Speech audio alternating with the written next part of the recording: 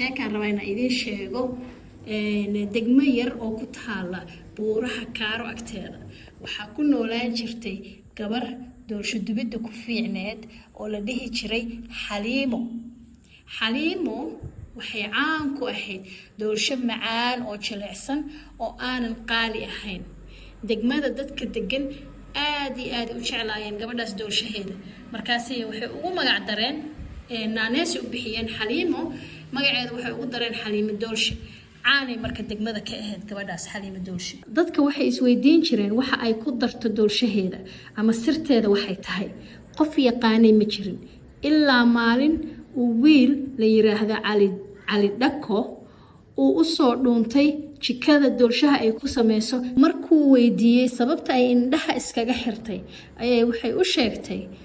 in aynan waxba cabirin oo marka ay doorshaha sameynayso sir kale weyn ay jirin sirta kaliya ay sameyso ay tahay in indhaha intay xirato meesha soo istaagto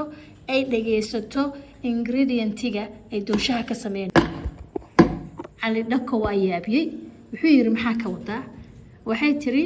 sonkorta way haystaa waxay tiri saliidda ama badharka wuu guuxaa waxay tiri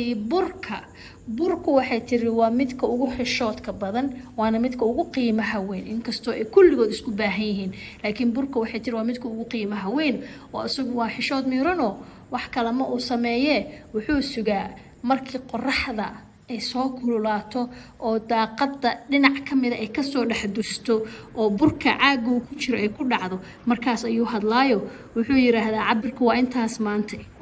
cusbadii iyo ukuntii iyo intii kalena